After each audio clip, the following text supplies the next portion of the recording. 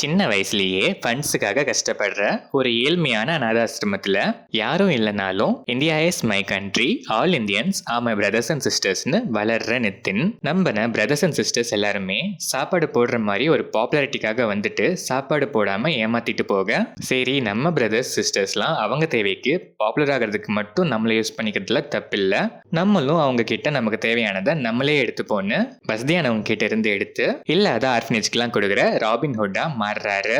ஒரு பாயிண்ட்ல கிட்டத்தட்ட போலீஸ் கிட்ட மாட்ட போய் ஜஸ்ட்ல தப்பிக்கிறாரு. இன்னொரு பக்கம் ஸ்ரீலீலா தனக்குன்னு இண்டிவிஜுவலா ஒரு ரெகக்னேஷன் வேணும்னு ஃபாரின்ல இருந்து அப்பாவை விட்டுட்டு இந்தியால தன்னோட ஃபேமிலி இருக்க வில்லேஜ்க்கு வராங்க. அங்க அவங்களுக்கு ஒரு பெரிய பிரச்சனையே காத்துக்கிட்டு இருக்கு. போலீஸ் கிட்ட மாட்டிக்காம இருக்கணுங்கிற சில சுச்சுவேஷன்ஸ்னால நித்தின் திருட்டெல்லாம் ஸ்டாப் பண்ணிட்டு ஒரு செக்யூரிட்டி ஏஜென்சில ஜாயின் பண்ணி ஸ்ரீலீலாக்கே செக்யூரிட்டியா வராரு.